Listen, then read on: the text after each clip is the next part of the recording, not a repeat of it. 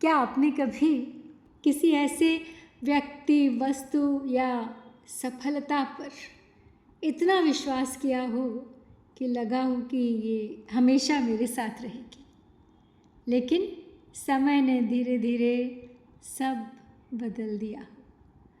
जो कभी सहज उपलब्ध था उसके लिए तरसना पड़ा, जो कभी अपना लगता था वही छिन गया, और जिनकी मीठी बातों पर विश्वास था बदल गए हों वो सब भी।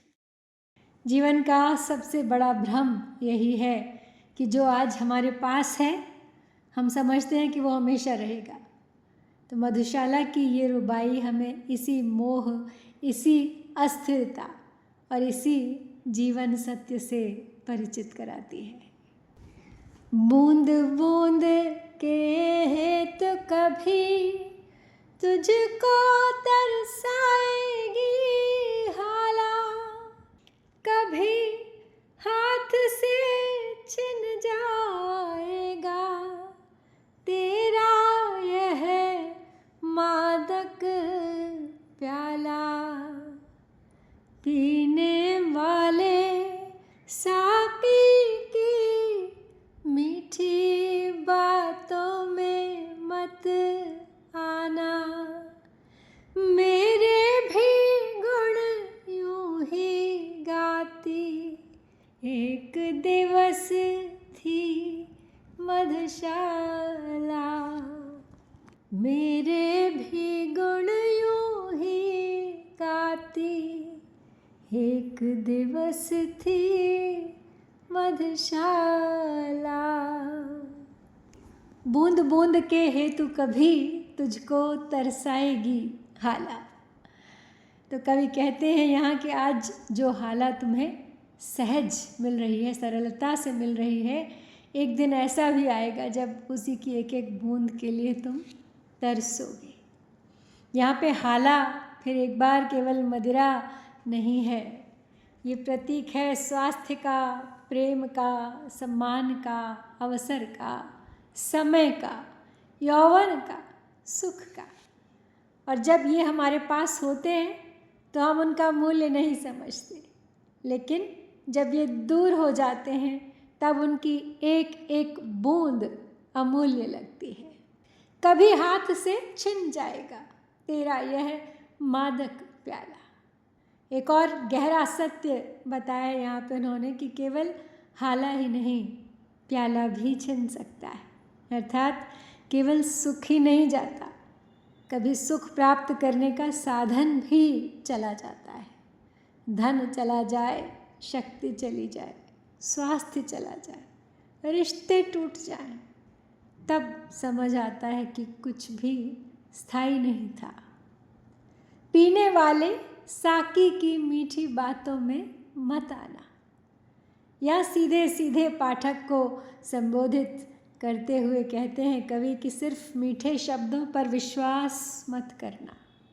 संसार आकर्षक वादे करता है, सफलता हमेशा रहेगी, यौवन हमेशा रहेगा, धन कभी कम नहीं होगा, लोग हमेशा साथ रहेंगे, तरह तरह के वादे। लेकिन जीवन का अनुभव कुछ और ही कहता है। इसीलिए अपना विवेक बनाए रखो, मोह में मत बह जाओ। मेरे भी गुण यूं ही गाती एक दिवस थी मधुशाला। ये इस रुबाई का सबसे मार्मिक भाग है। यहाँ पे कवि कहते हैं कि आज जो मधुशाला तुम्हारी प्रशंसा कर रही है, एक समय यही मेरी भी प्रशंसा करती थी।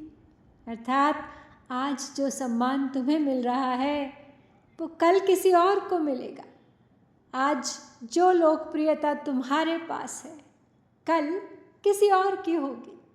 जीवन में कुछ भी किसी एक व्यक्ति का स्थायी अधिकार नहीं होता।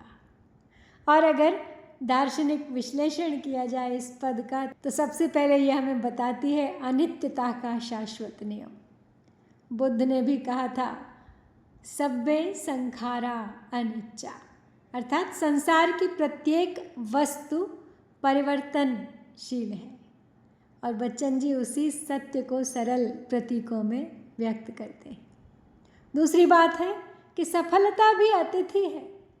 हम सोचते हैं कि सफलता हमारी उपलब्धि है, लेकिन नहीं, वो अतिथि है। आज तुम्हारे घर है, कल किसी और के घर जाएगी। इसलिए सफलता पर अहंकार मत करो। और तीसरा है प्रशंसा का मोह, जो मनुष्य को सबसे अधिक होता है। जब लोग हमारी सराहना करते हैं तो हमें लगता है कि हम विशेष हैं, लेकिन बच्चन जी सावधान करते हैं कि जिस प्रकार आज लोग तुम्हारी प्रशंसा कर रहे हैं वो कल किसी और की करेंगे। इसलिए अपनी पहचान दूसरों की प्रशंसा पर मत बनाओ। और चौथी बात है विवेक और वैराग्य की। तो ये रुबाई संसार छोड़ने की बात नहीं करती, ये केवल कहती है भोगो लेकिन जागरूक होकर, प्रेम करो लेकिन आसक्ति में मत डूबो, सम्मान पाओ लेकिन अभिमान मत पालो। और पांचवा है वही जो गीता का भी संदेश है। भगवान श्री कृष्ण ने कहा था कि सम दुख सुखम धीरम, जो सुख और दुख, लाभ और हानि, यश और अपयश सब में समान रहता है, वही स्थिर बुद्धि वाला होता है। तो ये पद उसी स्थिरता की ओर संकेत कर रहा है। और आज के जीवन से इसके जुड़ाव को अगर देखें तो हम रोज़ देखते हैं सोशल मीडिया पे, आज कोई प्रसिद्ध है, कल कोई और, आज कोई ट्रेंड कर रहा है, कल लोग उसे भूल जाते हैं। आज किसी की प्रशंसा हो रही है, कल वही आलोचना का विषय बन जाता है। इसलिए लोकप्रियता को सत्य मत मानिए, चरित्र को सत्य मानिए। तो अपने जीवन के लिए हम इस पद से यही सीखते हैं कि जो आज है वो हमेशा नहीं रहेगा। सफलता पर भी विनम्र रहिए, प्रशंसा को अपने सिर मत चढ़ाइए। हर सुख का आनंद लीजिए, लेकिन उसके जाने के लिए भी तैयार रहिए। जीवन में सबसे स्थायी चीज़ आपका चरित्र और आपका विवेक होता है। शायद जीवन का सबसे बड़ा ज्ञान यही है कि जो आज हमारा है वो कल किसी और का भी हो सकता है। इसलिए न सफलता पर अभिमान, न हानि पर निराशा, न प्रशंसा पर मद और न अपमान पर टूटना। यही संतुलन, यही विवेक, यही जीवन की सच्ची मधुशाला है। आइए इस अंतिम पंक्ति को एक बार फिर महसूस करते हैं। मेरे भी गुण यूं ही गाती, एक दिवस थी मधुशाला।